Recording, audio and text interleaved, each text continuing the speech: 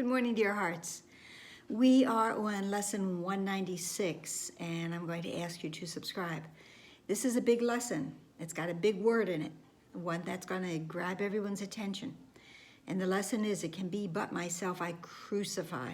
And the word crucify is immediately going to conjure up some sort of image in your mind because we know about the crucifixion of Christ. Sometimes I want to lessen this, soften this a little bit, and it's all true, that it can be but myself I punish, or it can be but myself I attack, because that is true as well. And crucifixion is only a huge form of punishment and attack.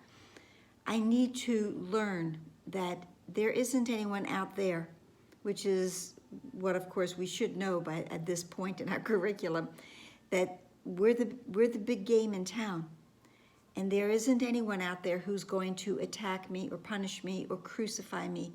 It is always something I'm going to do to myself. The lesson begins, when this is firmly understood and kept in full awareness, you will not attempt to harm yourself nor make your body slave in vengeance. We're going to also realize, as we must, that we are not bodies.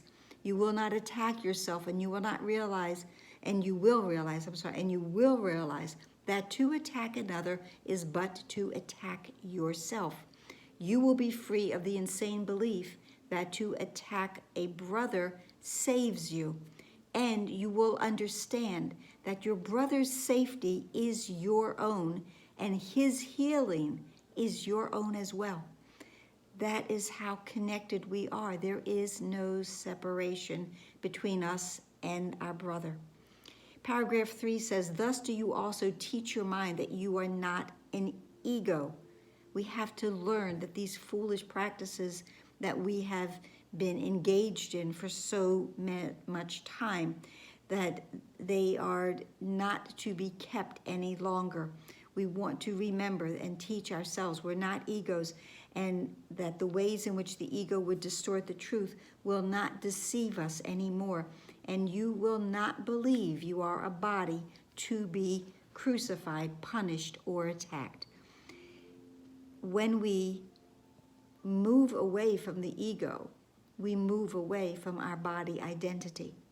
It is the ego that wants to keep us bound into bodies, because the ego lives within the body eyes, the body image, the body mind. Today's idea is one step we take in leading us from bondage to the state of perfect freedom. The paragraph before, and I didn't read this line, but as we look past all thoughts of crucifixion and of death to thoughts of liberation and of life, that's what happens when we realize we're not egos and we are not bodies. The dreary, hopeless thought that you can make attack on others and escape yourself has nailed you to the cross, has put you in a state of complete punishment and upset and pain and suffering.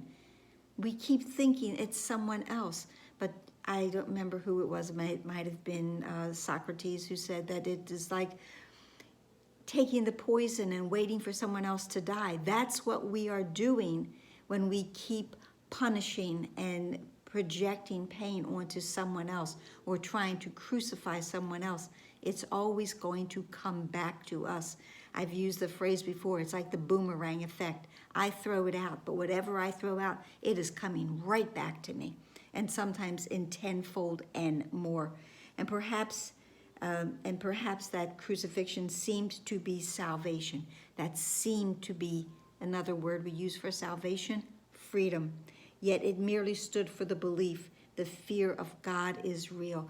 That is, as it was mentioned in yesterday's lesson, and it is here again, that the fear of God is our last obstacle to our peace. And this is one of the things that we're ready to get over today.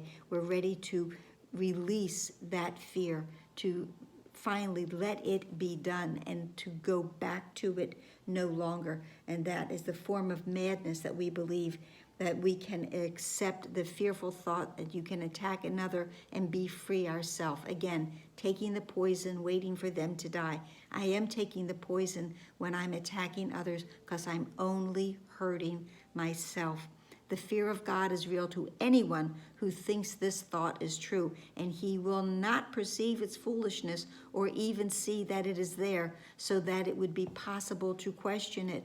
We have to bring ideas up to the level of questioning, of looking at them, of saying there has to be a better way. That's how all of this started, and that's what we will do when we realize that it's only ourselves that we harm. To bring that idea up to the awareness level that we can look at it and say, maybe I can consider another possibility. And from there, you can at least consider if you want to go along this painful path. And until this shift has been accomplished, you cannot perceive that it is but your thoughts that bring you fear, and your deliverance depends on them. Remember back in lesson 70 that, it was like there is nothing outside yourself. There's nothing outside yourself that can save you, and there's nothing outside yourself that can bring you peace. It is all an inside job. So our next steps will be easy if we take this one today, if we accept this idea today. And from there we go quite rapidly. For once you understand it is impossible that you hurt except by your own thoughts, the fear of God must disappear. Salvation song can be certainly heard in the idea we practice for today. If it can be but yourself you crucify, you did not hurt the world. The world, God's world, the truth, the real world remains spotless and pristine, still bathed in the light of innocence. And you need not fear its vengeance or pursuit. The thing you dread the most is your salvation. You are strong, and it is strength you want. You are free and glad of freedom. You have sought to be both weak and bound because you feared your strength and freedom. Yet salvation, freedom lies within them. This reminds me, and it probably many of you as well, of the very famous quote from Marianne Williamson's book, Return to Love. I'm only going to read the first sentence. Our deepest fear is not that we are inadequate. Our deepest fear is that we are powerful beyond measure. It is our light, not our darkness, that frightens us. It's a couple sentences. That is where we go today, to realize how magnificent we truly are. It scares us, but yet we can claim it because we are meant to. To go back to the first 50, just briefly, to a couple of our titles, very, very early, that, what I see is a form of vengeance. But also we know that God did not create a meaningless world, and that the other one, above all else, I want to see things differently. I'm determined to see. I'm just determined to know that I am not a victim of this world. I am determined to claim my true self. That's what I am determined to do today when I realize it can be but myself I crucify. And there is an instant in which terror seems to grip your mind so wholly that realizing this, that escape appears quite hopeless. When you realize once and for all that it is you fear, the mind perceives itself as split, and this had been concealed while you believed attack could be directed outward and returned from outside to within. Nothing from outside is going to ever hurt me. So I'm going to go to paragraph 12. There is no thought of God that does not go with you to help you reach this instant of realization that you are not a body, that you are mind in mind, and to go beyond it quickly, surely and forever. When the fear of God is gone, there are no obstacles that still remain between you and the holy peace of God. I want the peace of God. How kind and merciful is the idea we practice. Give it welcome as you should, for it is your release. It is indeed but your mind can try to crucify, yet your redemption too will come from you. Again, it's an inside job. It is my thought.